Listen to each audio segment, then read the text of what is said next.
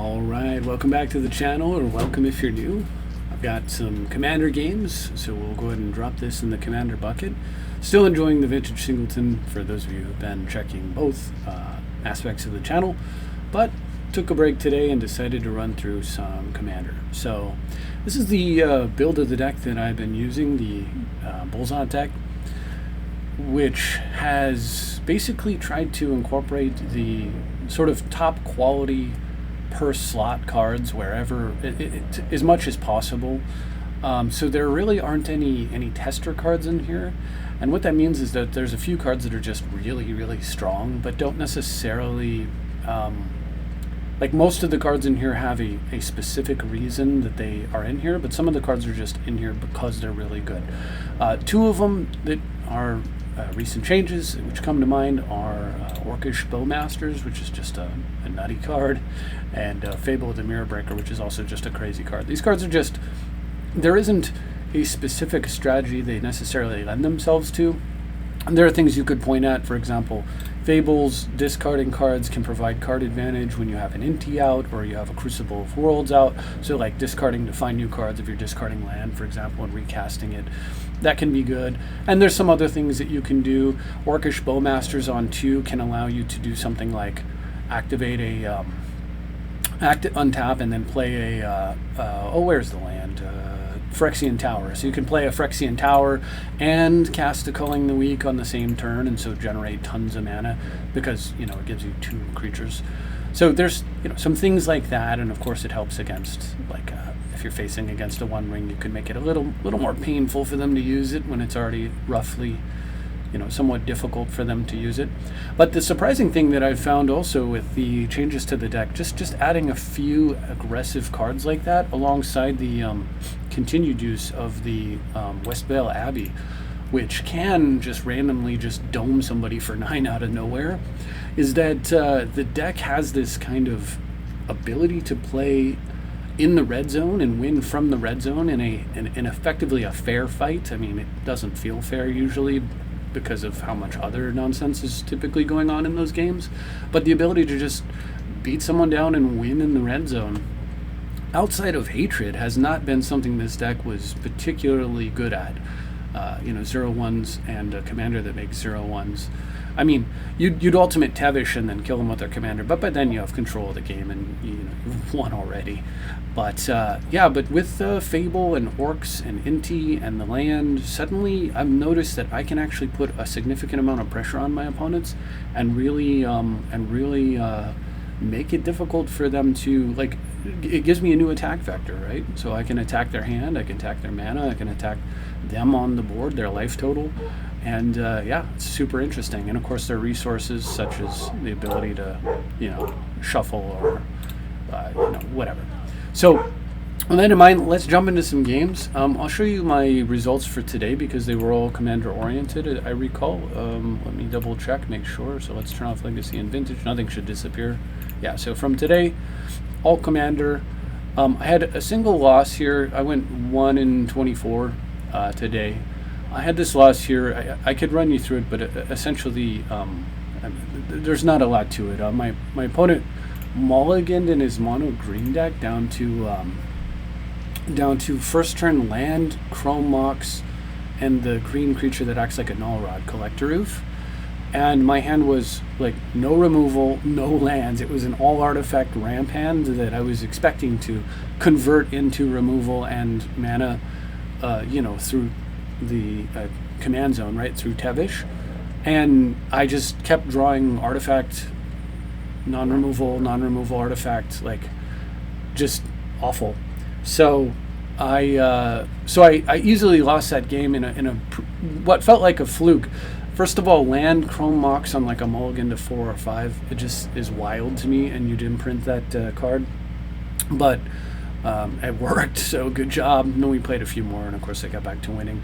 But me not having any removal at all, and also having an all artifact, no land hand, basically, was just it was a confluence of events I simply couldn't overcome.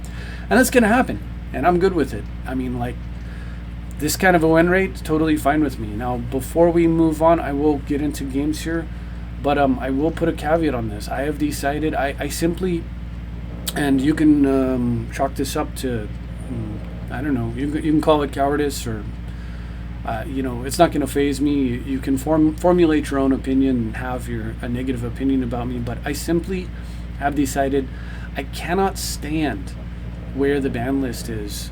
It has, over the last year, maybe 2 years, I've come to really not enjoy Commander. And that's one of the reasons I'm looking at Vintage, because in Vintage, I feel you would think that Vintage would be worse than Commander. But it isn't, because in Vintage, the cards that are a problem are in your deck. You have to play them. It's fair, right? Like if you draw your good cards and you use them against me, it feels fair. But in Commander, it feels kind of unfair because your good cards are in the command zone. Or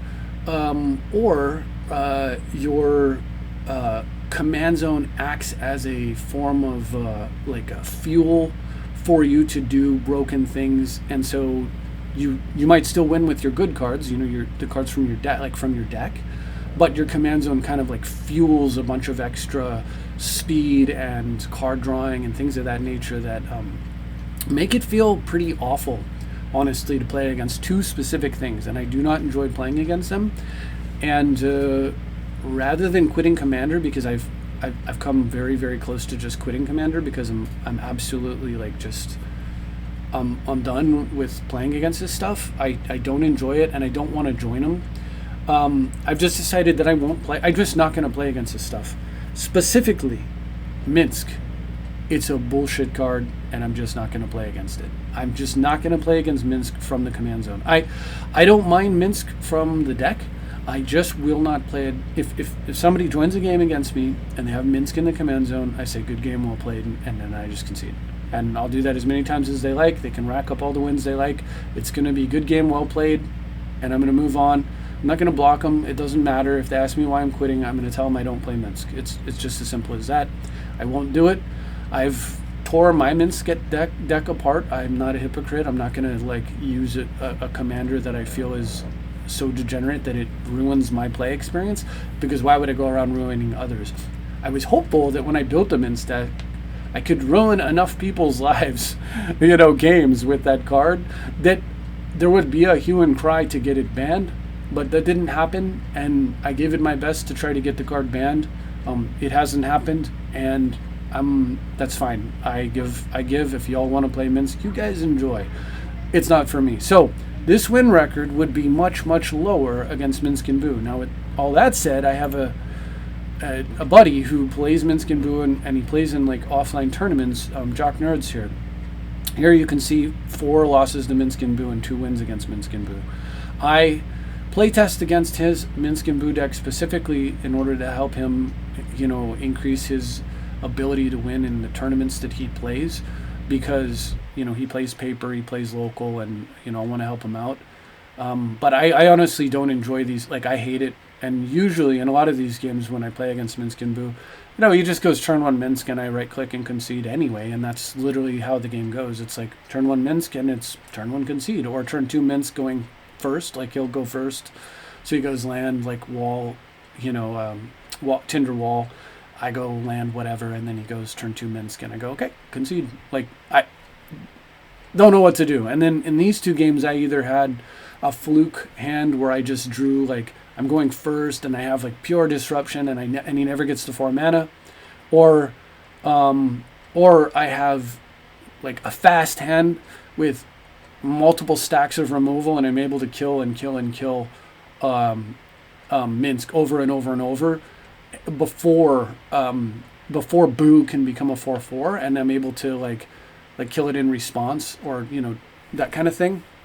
Like, say Minsk comes out, Boo comes out, and I Orcish Bowmaster it in response to plussing it, and then I swing in and finish off, that kind of thing. So outside of those like fluke hands, it's just it's just completely pointless.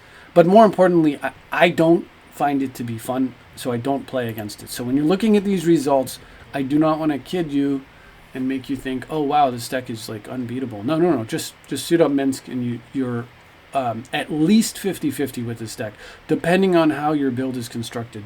The version that my buddy's playing with, we worked on it together, and I specifically designed it to beat decks like mine, and I just, like you saw, I have like a 1-3 win rate, and cannot overcome my own tech, basically, is what it amounts to. Not that he wouldn't have come up with something similar, but I kind of like assisted in making. He already started with a good foundation. I just assisted in like sharpening the knife, that stabs me. So anyway, but that's what you do with your friends. And speaking of which, it's so interesting. I had a unfortunate, a bit of an unfortunate encounter a while back with DrEvo, and decided that I wasn't going to interact with this opponent anymore. But he reached out to me on the channel, and we talked. And I'm totally in favor of, like, I believe, there are things you don't get second chances for, but there are other things that are just like misunderstandings and whatever, and you got to let things be water under the bridge. Most of the time second chances is the correct answer, because I'm not perfect and I need second chances with people too. And probably from his perspective, I was the one in the wrong to begin with, but rather than getting caught up in that, we decided to let it be water under the bridge and act like decent folks and just move on. Hey, we had a disagreement, it's over. Let's just move forward and agree not to go down that road again. And DrEvo as an opponent has been a perfectly legit opponent, which I appreciate greatly. So today I was playing, and you can see around 2. So my DrEvo decided he wanted to test. I wanted to test a new deck that he's trying to develop against Bullszat, which is obviously extremely primed deck. Which is, a great way. You throw yourself in the meat grinder, and that's a great way to find out how much better your deck can get, because you start realizing, hey, this card's clunky. I imagined how much it was going to help me, but every time I draw it, I either don't have the mana, or the circumstances aren't good, or it doesn't do as much for me as I hoped. And so you start like fine-tuning your deck. And he said after this marathon that we're about to get into, because I'm going to run through all these, he said that he made about 8 or 9 card changes and was feeling much better about, like, the deck was just playing better, and he was getting like some back-to-back wins in the commander queue, which is great. I mean, that's exactly what playtesting should do. So I want to run through those games now with you, not with an eye to be critical of DrEvo, but mainly to focus on this deck and what it was doing and how I was playing, my thinking, and to be critical of any plays I make that seem a little sketchy. But in particular, I'd like to focus on the last game. So I'm going to run through all the games, and that should be pretty enjoyable. I hopefully you will find it entertaining. But if nothing else, I may actually add an extra timestamp in the comments specifically, so if you want, you can just skip to the last game. And the reason for that is the last game was just an absolute nail-biter. I was completely on the ropes early and for most of the game, and had to make a number of desperation plays. And probably one of the only things really helping me out in this game was, by this time, because of the series of wins, I had kind of the previous wins had gotten into my opponent's head a little bit, and so it's one of those occasions where you sometimes start to feel like, geez, man, this guy's got everything. He always has the answers. He always has like whatever against me. But when you start thinking that way on occasion, it can influence your play, and you can actually create self-fulfilling prophecies where it's true because you believe it to be true, where you like don't make your best plays. Another friend of mine falls victim to this all the time, where he will be like, well, I'll say, dude, why didn't you play turn 1 Tevish Zot? And he's like, well, the guy's playing blue, he probably has a Force of Will. And I'm like, there's no better time to play it than turn 1. Your opponent hasn't had a turn. And he knows that objectively, but he starts getting in this experience of feeling dejected because of previous bad outcomes. And it influences my buddy's play to make mistakes. And I believe at this point in the series, DrEvo may have had at least a turn where he kind of fell into that. I can't say for sure because I couldn't see his hand. But I'll point that one incident out. And you know, he can maybe comment in the comments and say whether or not that was the case or whether or not it was a strategic decision. But I will point that one turnout. But other than that, I didn't see any like reason to really be particularly critical of DrEvo's plays. It was just Bullszat doing Bullszat things. Is the reason it's a bunch of bull in this deck. So once again, here's the deck list, and then we'll dive into the games. So if you want to pause it here, you can get the list, or you know, of course, you can go back to the beginning. And now we'll dive right in with game 1 against DrEvo, and we'll see how this goes. So DrEvo's chosen commander for this series of matches was Narset, Enlightened Exile. It's a very interesting card that I really hadn't come across much. I think the only other time I've seen it was when he was first developing the deck. I don't think I've really seen anyone else use it, so it's certainly novel. Creatures you control have prowess. I don't even remember what prowess means or does. Probably something good.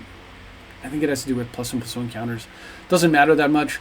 But whenever Narset Enlightened Exile attacks, exile target non-creature, non-land card with mana value less than Narset's power from a graveyard and copy it. You may cast a copy without paying its mana cost. So this is a lot like Kess, except you get to dig from both players' graveyards. So like you can attack with this thing. It's a 3/4, so most good spells are going to cost 3 mana or less.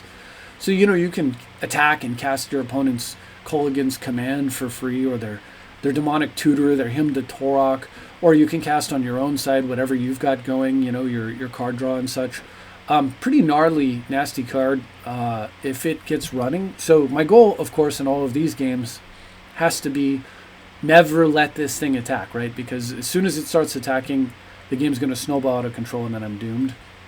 So goal number 1 is do what it takes not to let this thing ever attack.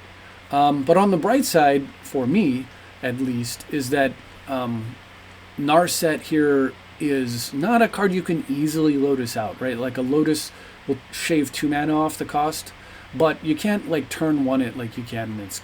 And that makes a huge difference. Anyway, so let's get into it though.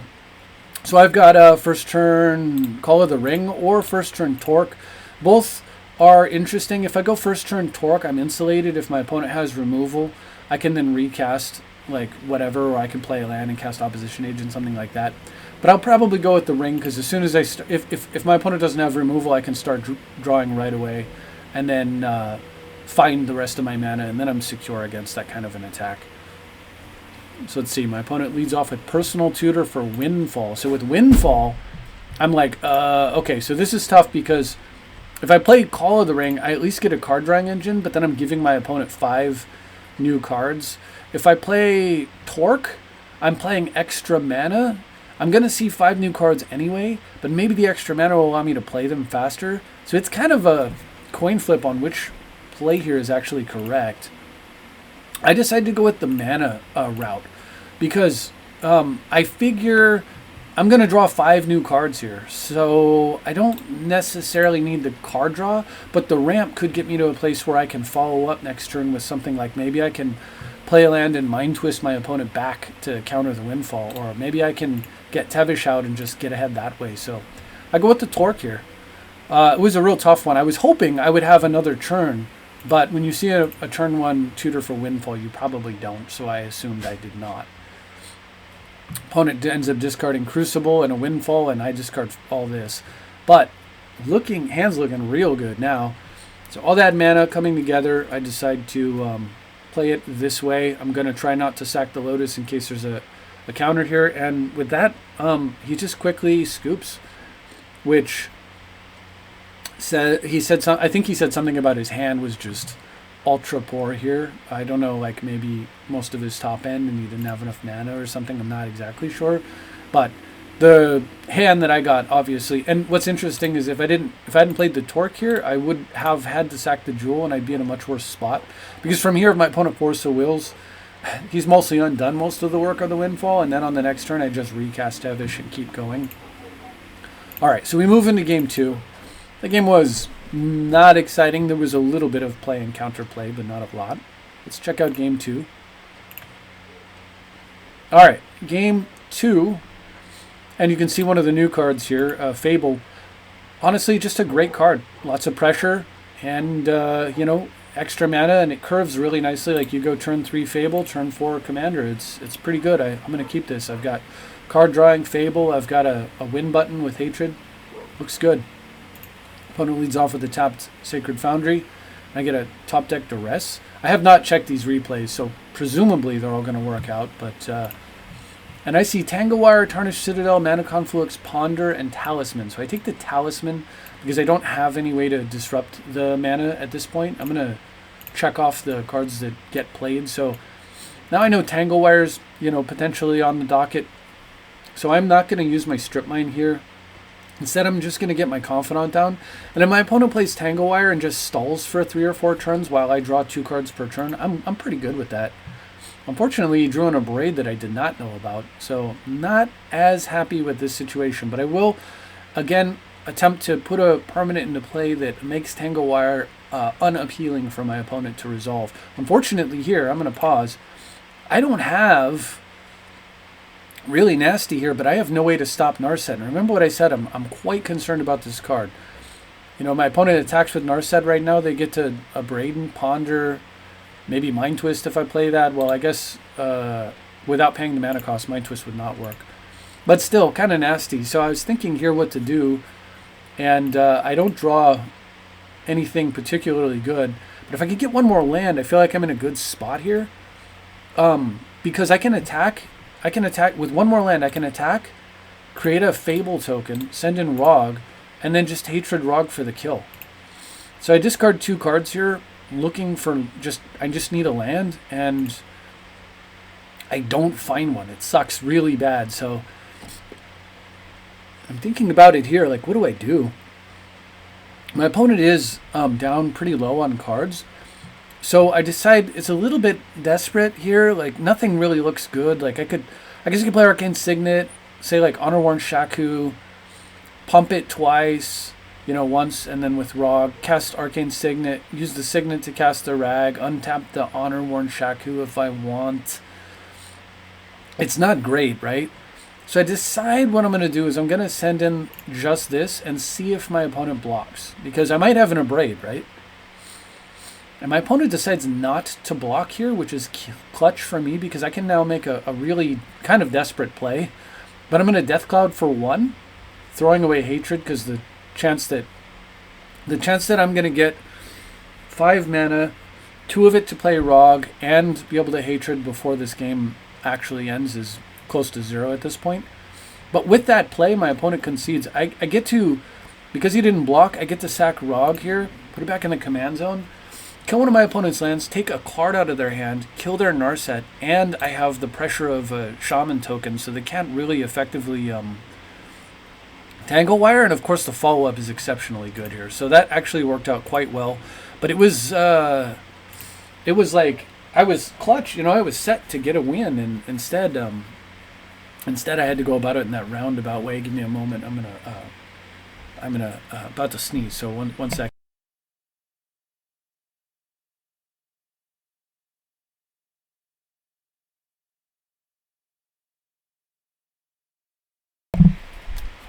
All right, we'll just try to handle things that way if that comes up again. All right, so we move on to the next game here. And I've got I am actually going first, which I was kind of like not going first in a number of these games, but in the handful that I go first, it obviously makes it so much easier to win when you're playing specifically black or blue decks because your decks have disruption, hand disruption, or stack disruption, right? You have Duress and Friends or counter spells. So in this case, with this hand, it's got ramp and it's got disruption. It's good enough. So I'm going to lead off with a command tower and go ahead and Duress, and I see some interesting choices. I see Wasteland, which I'm not too concerned about. Obviously, I'm a Mox Opal that doesn't look like it's going to be active anytime soon. And then Fist of the Anvil, target creature gets +4/+0, and Deflecting Palm redirects a damage. I just have to be aware that Palm's in hand. I'm not sure what the Fist is intended to do. It actually ends up being useful in this game, so that works. But I think that might be a card I would consider for a for a cut unless there's a very specific reason to do it. My opponent imprints it on a Chrome Mox. I think that's a great top deck and wastelands me. I think this play actually was very correct because I might be short on mana and my opponent's now very close to having an active Opal. So Fists of the Anvil is imprinted. But I get a Crucible down, I get some extra mana, my opponent fetches with the Flooded Strand, which is gone. And plays an Island, so we know 2 of the cards left. I am definitely going to go for it here, obviously. However, let's see if we stick. Yeah, it sticks. And time to get going on some cards. Wonderful. I draw a Deflection, one of the best cards in this deck, honestly. I thought about playing the Commander using the Lotus, but it makes no sense. Keep the Lotus to play Tevish if my opponent finds a solution for it. Alright, for my opponent's turn, they Prismatic Vista, so we know they've got a Deflecting Palm. Finds a Soul Ring, which turns on the Mox Opal. Now I'm in some situation here. They've got Deflecting Palm I can play around, but I have no removal at all. I need to find something. Okay, there's a Deluge. I'm alright. I mean, it's a deck filled with removals. I should find some, but ugh. Even better, I find Angerous Rampage, which will turn off Mox Opal if I kill an artifact. But I decide that with only 2 cards in hand, I'm going to let my opponent have the mana. Maybe they'll just replay the Commander next turn. Because here I was going to go ahead and just kill this Commander and play Call of the Ring, as well as go ahead and play Rog. I was going to go ahead and use the Lotus, get it down, get Call of the Ring down, sit under a Deflecting Swat, and then start drawing. That'll give me a chance to draw like 4 cards, 5 cards next turn, which should find, because I was expecting this to come back down. And then with 5 cards, I should see maybe some artifact kill, and I can Deluge. So this felt good to me. It felt correct, and my opponent decided he was actually, his internet was having trouble here because his household is was all using their bandwidth, I guess. But so with this play, he just conceded and went to fix the internet issues and came back, and we jumped into some more games. Came back like 9 minutes later or whatever. And also I was getting some calls, holiday related and stuff from family, so we were both kind of back and forth on that. Obviously, I have a Savage hand. Anything with Lotus in it is gross. I also have enough mana here where I can actually make a Strip Mine play. And the reason I do this is my opponent went first, so he's liable to come up short on mana before I do. But also it gives me another chance to draw a Mox or a Ritual and just make it a turn 1 Tevish instead of a turn 2. Unfortunately, that doesn't manifest, but I decided I'm going to play the Lotus here. And it's a little bit of... I am playing the Lotus, and my opponent could like abrade it or something. But by doing this, I felt, and that's exactly what happens, by the way. But by doing this, Rog's not getting abraded, and I've got Call of the Ring in hand. So I already have a 2-mana draw engine. It doesn't require Lotus. And so I just treated that as effectively a duress for my opponent's removal, in the hopes that now Rog will live, and I can start drawing cards. So a Talisman comes down. My opponent misses a land drop, which is, very key to notice, of course. I will point out an error I make in this game as when I remember. So this is great. I can play Clamp. I could Clamp here and draw 2, but then I can't Call of the Ring next turn. Doesn't make sense. So I'm going to sit on Sheoldred's Edict, because if my opponent draws a land here, I want to Edict. Instead he gets a Vandal Blast and takes out the Clamp. Definitely a good play here. Decides to wasteland my red, which makes sense. I played the Westvale Abbey to make it look like I was weak on red mana. And, that ended up becoming paying dividends for me. And now with a top-decked Workshop, I just slam this Gilded Lotus here. I can sit on Edict again. Feeling good here. And I make a mistake there. I forgot about the second, when your Ring Bearer attacks, draw a card, then discard. I 100% should have attacked and converted this mountain into something else. Should have done it before I played the Lotus. So that was a misplay that I want to point out. My opponent draws a land there, and I draw a Dust Bowl. It's brutal. Alright, so now I remember, oh right, I forgot the Ring Bearer thing. And from there, Dr. Evo kind of gives it up. I mean, I'm now seeing like 3 cards per turn, and I'm way ahead on mana. It's missed some land drops. I don't think it's wrong to scoop here. It is interesting. I would like to tap 3/6 and slam a God-Pharaoh statue, and then cast an opposition agent at the end of my opponent's turn or in response to fetch. But I would not actually make that play, and the reason I wasn't going to make that play is if my opponent has mana drain here, that backfires spectacularly. So instead, what I was going to do is I was going to just pass, and then during my opponent's upkeep, I was going to go ahead and just Dust Bowl, trade in like a Blightstep Pathway, and Dust Bowl away one of their blue mana and hope that he doesn't hit a second mana, because we know he's mana tight because he missed a land drop. And then if that happens, I feel good going for the waiting a turn and then going for the exact play, you know, playing a new land, playing a Badlands or a mountain, and then doing the exact thing I just explained that I was going to do. Ideally, I would have been able to Dust Bowl and opposition agent, but I'm 1 mana short. It wouldn't work unless I had an Urborg down to make this workshop, but produce black. But we're all good. Still got the win. Dust Bowl against a mana screwed opponent is pretty good. And we move into the next game. I have to take a mulligan and another. And I decided to keep this. It's risky for sure, but this gives me my best chance of recovering from the mulligan with the One Ring here to try to bail me out, as long as I keep my mana sources and my One Ring, which meant I had to put away my free removal for his commander. So if he gets a fast start with his commander, or I can't get anything going with this, I'm basically toast. Okay, with the top deck of the opposition agent, I'm not actually going to slam the Signet here. I'm going to test the waters because I don't want to walk into a counterspell. So I'm going to test the waters with an opposition agent here. Kind of glad I did because Dak Faden comes down. So I go ahead and float and jump out an opposition agent. Opponent's going to get a Springleaf Drum, which it's painful, right? Because I'm losing mana sources here. But at least Dak's off the table and he hasn't taken away my Signet.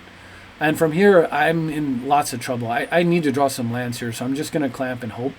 And I thankfully find some. So I go ahead and move the clamp over to the agent in case he's got removal for it.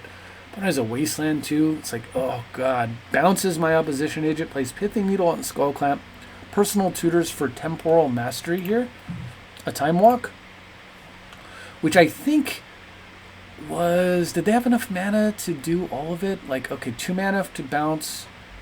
Pithing Needle. I'm not sure how I feel about this play. I think it's pretty aggressive and pretty scary if he gets to Time Walk, but Time Walk on an empty board is... it's okay. But with me, my only 2 lands being colorless, I might have Wastelanded here if I were him. Still, I do see the logic in this play. I don't think it was a misplay, but it's definitely, I could be Captain Hindsight, but I don't know. Anyway, off the top, like a boss, I just rip Winter Orb. Just the perfect peel. If I didn't have Winter Orb here, I could have top decked Ragavan and hasted in and took my opponent's Temporal Mastery. If I didn't have that, is there anything else I could have drawn that would have stopped the extra turn? I can't think of anything off the top of my head. Obviously, any tutor would have worked because I could have tutored for Winter Orb, or Ragavan. But yeah, no, this is good. So now we just get down the Signet and slam. This is fantastic because it counters the Personal Tutor and the Temporal Mastery, which means basically it's almost like Hymn to Torok that also destroys 3 of my opponent's lands next turn, because it destroys 3 of their lands next turn effectively. All right, I'm going to attack the Dust Bowl, and then look at that. The other answer just lends itself to me. It just rises to the top. So I'm going to get the Ragavan down. I decide I'm not going to haste it in because I'd be killing one of my own mana sources under the Winter Orb. It's like tapping is destroying your mana. And doing that if my opponent had a Mental Misstep or a Lightning Bolt or something sounds really dumb. So I'm just going to play it. Plus, I can't keep dashing over and over if I have Winter Orb. So play it here. And with that, he just scoops it up. But yeah, that was crazy that I drew back-to-back solutions to a Personal Tutor for a Time Walk there. That was crazy good luck, right? All right, so we'll move on to the next game here. And once again, I believe... Oh, I actually win the die roll this time. It seems like I felt like I was losing the die roll more than I was. I guess it was about even, but it felt like lopsided. Anyway, isn't that funny how that works? So anyway, I lead off with Rog and the Badlands here. It's a little risky to lead off with the Badlands. I could have let off the Wastelands, and telegraphed that I have it, but if I don't get Wastelanded right away, I have Deflecting Swap for a Wasteland. Oh, Preordain. Boy, I wish I had one more mana for that Bowmasters. I think this is a game where I make a horrible mistake. I will point it out. It was a learning experience. So I get Inti, and now I get to start swinging and laying some beatdown. So I'm going to throw away by Force. I didn't see a turn 1 Soul Ring here. And I exile by Force and see a Thoughtseize. Sad to see that go, but now Rog is a 1-2. 20 more damage and I win. Opponent plays Get Lost, and I deflect it to Rog and get 2 map tokens. And this is where I'm gonna actually screw up here. I have no idea how these freaking cards work. What is Explorers? I had to Google it or whatever, and I didn't read carefully enough. I misread I thought it said target attacking creature you control. I didn't read this activate only as a sorcery bit at all. So you're going to see me totally screw up atrociously, as a matter of fact here. All right, so I'm all good here, but here's the big screw up. So I throw away Shattering Spree, that's fine. And here it comes. Remember, I think that I have to be attacking for this to work. And I'm like, why can't I sack the maps? Why can't I sacrifice my freaking tokens? Brutal error there. Just threw away a Dark Ritual for no freaking good reason whatsoever. Anyway, I map away a Bitter Triumph and mill through all this stuff. Unfortunately, Curse of Opulence would have been nice. I'm playing a super mana type game. Now I know how my card works, so I use that. Find myself Polluted Delta. I'm going to swing in. I'm really looking for some action here, but I want to keep the pressure up, so I go ahead and pitch the Delta, even though I'm hurting for mana, and loot into a Mana Confluence, which is fantastic. And I'm going to replay Rog here. I've been holding this Relic the whole time because my opponent's actually at 22 and taking a serious beatdown. If he plays like card drawing, he's going to get hurt real bad. And if he plays Narset, I'm ready to go. So this was the reason that I cast Rog here. So hitting that land was huge on the loot. Well, there's a Gilded Lotus that's real easy to loot away. All right, we're just going to send in these guys. I'll go ahead and loot away the Lotus. And I'm going to pump up the Orcs. Now it's a 4/4. It's out of bolt range. Feels real good. And look, K-Command. I could play it. I'm going to pause. So I could play... come on. I could play Culligan's Command because of Inti. Take my opponent to 11. Make my opponent discard a card. Or if I had a creature in the graveyard, I could have regrown it, right? I could have raised dead. But take a look at what's going on. My opponent had 4 mana. They're getting kicked in the teeth by creatures, and they did not cast their blocker. That tells me that my opponent's sitting on a counterspell. So if I run this K command out, I feel like I'm just handing the game away, because I might be playing directly into a mana drain or something, and then, that's just I don't know. If my opponent, if I do that, I feel like it's just a mistake, right? So I'm just not going to do it. Instead, I have to assume that if they have 4 mana and did nothing, that they either have a counterspell or they need 5, which means now's the time to wasteland. Even though I'm dying for mana over here, I'm going to go for it. So during their upkeep, I'm going to do it because I don't want to do it on my turn unless they were to have cast a spell. And during my opponent's upkeep, he casts Boros Charm. So it makes all of his permanents indestructible, which means that my wasteland, it basically counterspells my wasteland. So that's normally pretty backbreaking. However, thankfully, now had I not done this during upkeep, my opponent would have Boros Charmed and then drawn a card and then had all access to all their mana. But because I did it during upkeep, my opponent cannot follow up with like a Narset or a 4-play here. A 4-mana play here, so I mean 4-play. So actually, this works out very well. This is one of the reasons that you don't. One of the skills in this game is definitely using cards at the right time, and there's no set rule. Like always do a wasteland at the end of your opponent's turn. Always do it during their upkeep. Always do it on your turn as soon as you draw it. Always do it before your first main. There's no rule like that. Every situation dictates itself, and one of the skills in this game is definitely learning when to wasteland, as well as when to play the rest of your stuff, like maybe not walking your K command into whatever was going on over there. Anyway, So my opponent's burned through some mana here, so I'm like, well, if he doesn't clear here, this is pretty close to lethal. Look, 4, 8, 9. Inti's going to make it 10. We're very close to just a full-on beatdown, right? And at this point, my opponent's so close to dead that I am actually going to throw away that Rollick because their commander won't save them anymore, so I don't need that. Let's see if I can find like direct damage to actually finish the game off. Ironically, the K command probably it wouldn't have worked out. Like I did the math that my opponent would be at 3 here and not at. So I did the math. This is the other reason I didn't play the K command last turn, was that I knew that if I had dinged my opponent for 2, they'd be at 1 this turn. I wouldn't have lethal. So since it didn't change the clock any, I played around my opponent's hand. But if this turn, the K command having played it last turn, would have resulted in lethal, I almost certainly would have taken the chance just to have an opportunity to accelerate the game by a single turn. Anyway, instead what happens is I find an Arcane Signet. I trade a Deadly Relic for an Arcane Signet. And at this point, my opponent's taken, he's at 3, will die if he draws cards. And there aren't too many sweepers in red that'll deal with this kind of a board. And just kind of scoops it up into just pure Inti and Orc beatdown. Takes the game. So we move on to the next game. That was a 255. So the next one will be at 311. All right.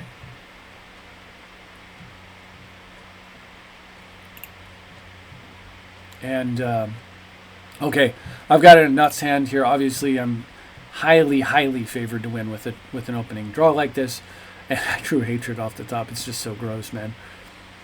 Feeling bad a little bit. So I run things out this way, and we're gonna just Demonic Tutor for this is an easy one. We just go get Soul Ring here, and run out a Winter Orb.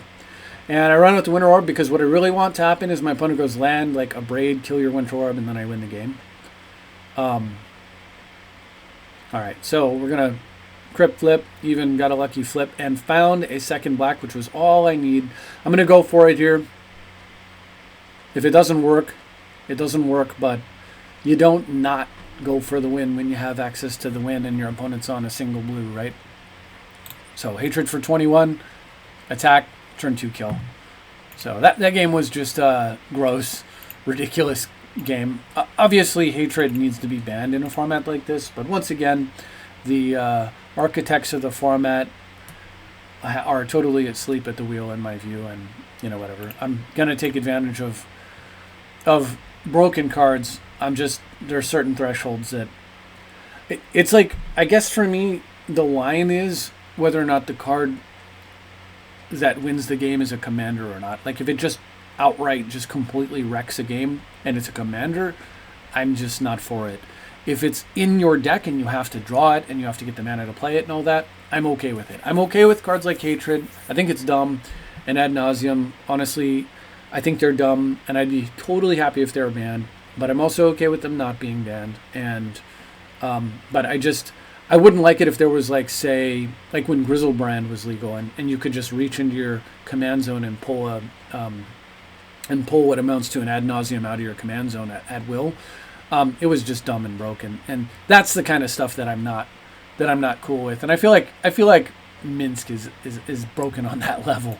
But anyway, speaking of broken, look at this gnarly start. So I'm definitely going to keep this totally superb hand, and I'm going second and draw into a little more artifact mana than I actually wanted to see here. I didn't need that talisman to show up. I'm a little flush with that. I would have liked to have had a land or duress, but I am not going to complain with a start like this. And my opponent just has a very fair hand, and we're going to go ahead and win the flip on the Mana Crypt there. And I top deck just a perfect card. Hymn to Torok means I can actually make a play here without running into a mana drain. You know, giving my opponent 2 mana is pretty safe. I always play around mana drain when I can. And I think this was a little bit, my opponent was just a little bit demoralized here because, you know, he has Izzet, Charm, and Negate and plays neither. He said something like he was trying to take an opportunity to, he just wanted to see, I guess, he explained that he was hoping to retain both counters and he didn't care. The other cards weren't super useful, and instead he lost both counters. I don't think that's correct. I think you just play one of them, and you get a guaranteed keep one counter rather than two. I think that would have been right. I would have played as a Charm here in his shoes, and then sat on Negate to handle Bullszat afterwards, but instead, he gets hemmed, and of course him is just such a nasty card that it manages, I don't know why, but it feels like it always manages to pull the right cards out of hand. It's just so brutal. No matter which side of the hem you're on, it's always pretty brutal. So anyway, from here I'm going to see if I can stick the throne. Opponent has another counter. This guy. It's wash away. Wash out? Wash out. I think. He actually top decked. He said he top decked another counter.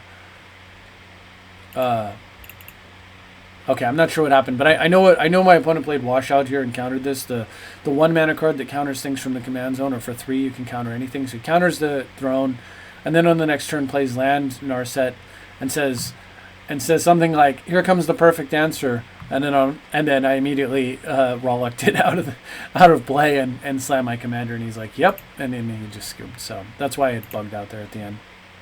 All right, so we move on to the next game here at 3:22. So I feel like none of the plays that I don't agree with, other than maybe that play with the him, which probably was just frustration or a misclick or lag or who knows, who knows. But I feel like most of my opponent's plays are pretty justifiable. They're not necessarily plays I would make, but I also have the benefit of being on this side and knowing what my hand is, so it's real easy to backseat quarterback when you know all the plays and stuff, right? So anyway, for whatever game number this is, I've got I've got Lotus and I've got Seal and I've got Rollick. We're definitely keeping this. This is a great hand. And my opponent says, just mulligan to 3 and threw in the towel. That's fine. We won't even count that game. That's whatever, Like I said, he was testing his deck. All right, so we just move into the next game here at 3:24. And then we have the awesome game at the end. At least I feel it was awesome. And I think you will too. So hopefully you stuck around for that. And I've got an interesting one here because I can go first turn Tower into Confidant, which is what I would normally do. But because I have Artisan, I actually want to keep Rog in play. This Rog is a Soul Ring. So I want to turn 2, land, Artisan, and then sack and play Confidant. And it might not work out, right? Like my opponent could have Disruption here many different ways, especially with 2 mana on turn 1. But I'm going to give it a shot. So we'll see, and then we'll see. Yeah, we'll see how this works out. So I'm going to play the Tower because I want it in play for next turn, in case I need to make like a big play here. But Artisan sticks. Let's see if the Confidant lands. It does. Very, very nice.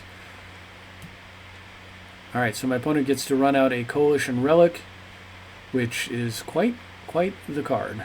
A very, very good card. So it makes it very hard to disrupt their mana.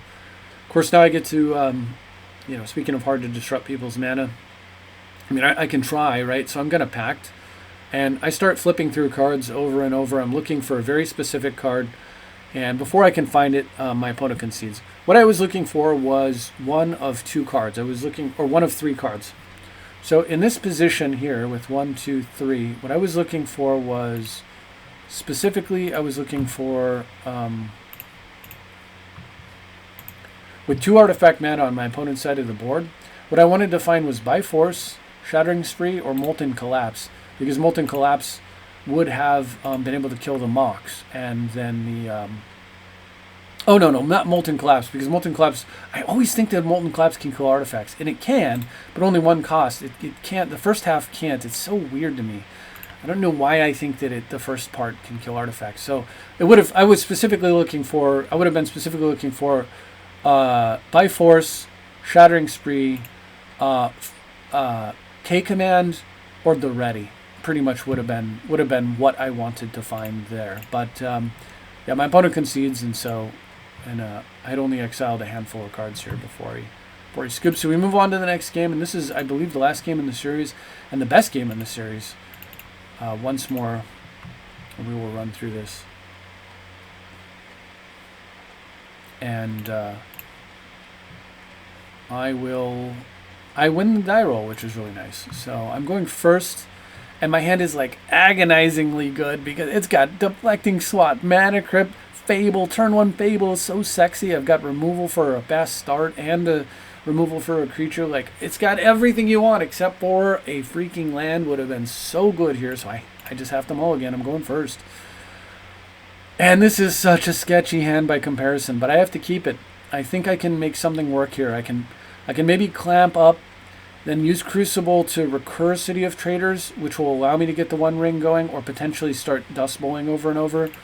I'm going to have to go for it, and I have to sadly tuck the Relic because it's just too risky not to keep extra land here, which means if he has a way to like slam Narset, I'm in big trouble. Opponent leads off with City, so I'm thinking, okay, you know, I'm mostly fine here. I'm going to go ahead and just get Crucible down as a defense against, you know, I want to do my City of Traders thing. I don't necessarily have to clamp here. My opponent will Enlighten Tutors for Crypt. Yuck. And then Crypt, Soul Ring, Crucible. Gross. But makes an error here. He says his PC glitched, which I believe, and that he tried to do the Enlighten Tutor on my turn. So he actually had to Enlighten Tutor during his upkeep. And so he actually came up, he had to play the Crypt into the Soul Ring, and he was 1 mana short of playing, and he specifically says Karn would have stopped you from clamping. So he was 1 mana short of Karn. He played Crucible. But because he said he has Karn, I decided I would trust him, and it wasn't like a head fake. And it completely changes the way I play, because now I know my opponent has Karn, so I wasn't going to clamp here. I was actually going to play land the 1 ring. But because my opponent has Karn, I'm like, oh shit, I need to clamp and find artifact kill like right now, or a Karn removal or something. I'm in deep doo-doo, right? My hand is all artifact based. So I clamp. Do not find, I replay Rog, kill my City of Traders, fetch for my duel to try to thin my deck out, and clamp again. I'm desperately digging for a solution to Karn or something, right? No answers. But I would have made that draw 4 play there if my opponent hadn't actually told me about Karn. I would have slammed the 1 ring. And here, he plays a Braid, so I'm starting to think, did he fake me out? But then again, I see the value in playing a Braid there. He just basically destroyed a soul ring. I mean, I have City of Traders in the graveyard, right? So I agree with that play. That makes sense. There's no reason to play Karn against like an empty board Skull Clamp and a active Crucible of Worlds when you can kill 2 mana. But it does buy me some time. So now I have Clamp threatening to start drawing like way too many cards per turn. And here's where I'm expecting Karn to come down, but instead plays Intercessor's Arrest. And this is the turn where I think, up to now, I'm like, yeah, I can see what happened. First, there was an error. Secondly, okay, I see the logic, you know, keep me off City of Traders. Here, I don't really see the logic. Yes, it's hard for me to clamp here, and it's really good to lock down Tevish, but I feel like Karn here, like slamming, well, maybe this is correct, actually. Maybe this is right. I was going to say slam Karn, activate Crucible, and attack Tevish, but maybe that's not so good. This is actually, the Winter Orb ends up being a huge pain in my ass for most of this game. This buys him time to play Karn next turn. I only have Skull Clamp, and Skull Clamp under Karn is actually horrible, right? It's not good at all, because you're destroying lands in order to draw cards so you can do what? Play more lands and then kill more lands? Like, Winter Orb is how we stop somebody with a card drawing engine. So actually, yeah, this was correct. But I rip Mana Crypt off the top, right? That's not correct. Oh no, is it going to bug out? Oh, this was such a good game. Oh, I'm heartbroken. It's going to bug out. Oh man, this game was so good. This game was so good. I didn't draw Mana Crypt and put it in the graveyard there. Oh, we're going to bug out. I am so sorry. Well, I promised you a good game. I should have reviewed the replay. I am so sad. This game was incredible. I ended up having to kill Artifact Mana here to stall. Oh no, I remember what I drew there. It was him to Torok. I drew him to Torok, not Mana Crypt. I himmed him and I hit his Karn. He had a Karn and one other card, right? So I hit it, got him down to 1, and then it bought me time. Then I played land, liquimetal, torque, and clamped. Ended up clamping again. Opponent finally got their Narset. And then I got in a situation where I had to emergency Tainted Pact and packed it into the only card that could save me, which was the free commander. You know, if you control your commander, play it for free. Exile a creature. So I play that. Did I pack for it? No, I demonic tutored for it. Demonic tutor for it. A couple turns later, he gets like land tax down or something. No, he gets Coalition Relic down. Gets some mana going. Replays his Narset. I have to pact again, and this time I packed for, I promised to explain this at least, or try to. This time I packed for, specifically Molten Collapse. I exile 30 cards in my library, and at this point, by the way, I've taken some damage and used my life in other ways, and I'm kind of low on life. Oh, my One Ring. I end up, somewhere in this process, I end up getting the One Ring down, and drawing 1, then 2, then 3, then 4, then 5. So I'm like dying to the One Ring, right? But anyway, on this key turn, I tutor for Molten Collapse, and I wasteland my opponent, or strip mine, one of his lands, and then Molten Collapse, killing Soul Ring and his commander. He's meanwhile losing a bunch of flips and goes down to like 4. I'm like at 10 with 20 cards left in my library because of the pact, and he's at like 17 or something, like pretty low, and then Mana Crypt's still dinging him, and City of Brass causing pain and stuff. And then but I've got that ring going. I've got the One Ring going, hurting me. Anyway, he gets to a point though where he's got land tax out, and he's taxing, but he's basically empty-handed. And because of the One Ring, I'm able to like duress him and Thoughtseize him, you know, for multiple turns, and him, you know, Mind Twist and stuff. But he like Mind Twist for 1 at one point because I'm under Winter Orb this whole time, and I cannot find I can't find Soul Ring and Crypt, and I had to exile. I think Crypt actually got exiled by Pact and stuff like that. So finally we get to a point where he's taxed up to 7 cards in hand, and he plays Personal Tutor and goes and gets Cyclonic Rift. He gets Cyclonic Rift. And on my turn, I've set everything up so that I'm a turn away from killing him. So he's going to be able to draw his Rift, but because of the play where I killed I specifically like passed on a bunch of removal for his commander in order to tutor specifically for Molten Collapse with Tainted Pact, exiling like 30 or 40 cards or whatever it was. Because I did that like 5, 6, 7 turns prior and killed a Soul Ring along with his commander rather than just simply killing his commander, on the turn that he draws Cyclonic Rift, he's 1 mana short. And because he's 1 mana short, with like 10 life left, I'm able to secure a victory. I was beating him down with, I want to say Inti. Yeah, I was beating him down with like Inti, and the damage was getting higher and higher. No. He was losing a bunch of Crypt Flips, like I said, and he was down to like 14 or whatever. And I had gotten a Fable of the Mirror Breaker out, so he flips down to 11, and on the turn where he has Rift in his hand, so he actually has the Rift in his hand, but he's got 6 mana untapped, and we'll have a 7th on the next turn. I mean, he's land taxed. His hand is exactly Cyclonic Rift and 6 lands that I know about. On that specific turn with 6 mana untapped, I duress him, and he rifts in response and bounces, I want to say, one of my, because I have like an active Throne going and a couple of other things out there. So he bounces like my best threat. He doesn't bounce the Fable token, but he bounces like one of my threats. I have to back up. Shoot, I'm so sorry. It's hard to remember how his game played out, but at one point in the game, you saw that he had enchanted my Planeswalker with this Intercessor's Arrest, which is definitely a card. I've not seen this card before, but I certainly recommend it. Now, having seen it for Commander specifically, that's fantastic. What a great card. But anyway, much later in the game, he did draw an attempt to. He played a card that it was a disenchant, and he attempts to disenchant my, I have like I said, I think I had Gilded Lotus or Throne, or maybe I had both. So he attempts to disenchant him. We're much later in the game. By that point, I had drawn Deflecting Swat, though. I swat it over to the Intercessor's Arrest, and on my turn, make a couple of tokens. So at this point, I have token, commander, something like that, and my Fable. So now, on the turn where he has 6 mana, I duress him, and he bounces my...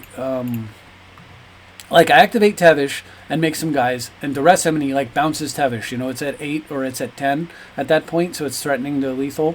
I think this is how it went. It was something along these lines, right? My memory's hazy on this, but basically he has to play his bounce, and he chooses not to bounce the Fable, which I agree with completely. It was not the threatening target. It was definitely scarier to hit my commander or whatever he hit at the time.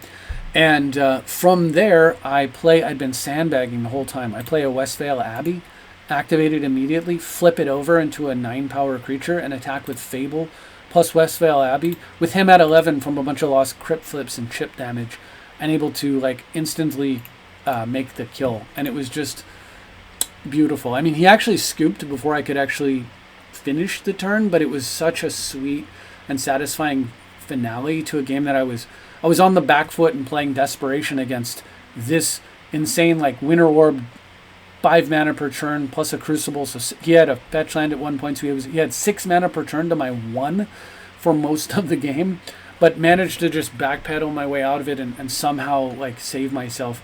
I was getting up to 2 mana per turn because I could untap a land and play a land, and I hit my land drops, and that was enough to get me there. But what a fun deck. What a fun game. I really appreciated Dr. DrEvo's good sportsmanship and gameplay. And I was really glad that he said that the results of playing against me were that he ends up with a better deck, which is fantastic. That's what we want. So hopefully you enjoyed this video. It's quite long, I realize, with lots of dialogue, but I just had a lot to talk about. And hopefully you've enjoyed watching this deck in action. And if you are someone who watches the channel and is playing the deck, I recommend the adjustments to what you see here. But that's all I have for now. Thank you very much for watching, and see you next time.